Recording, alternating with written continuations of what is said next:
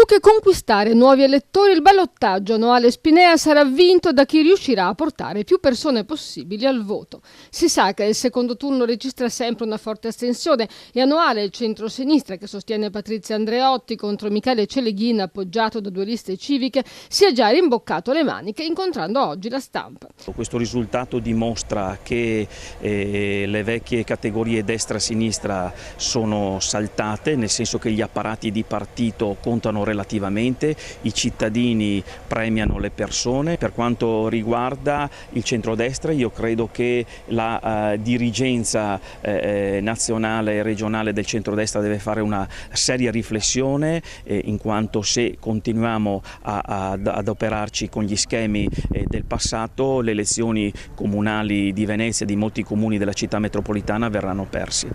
Celeghin dal canto suo ha incontrato la sua squadra e deciso la strategia da tenere fino all'8 giugno, il dialogo con tutti.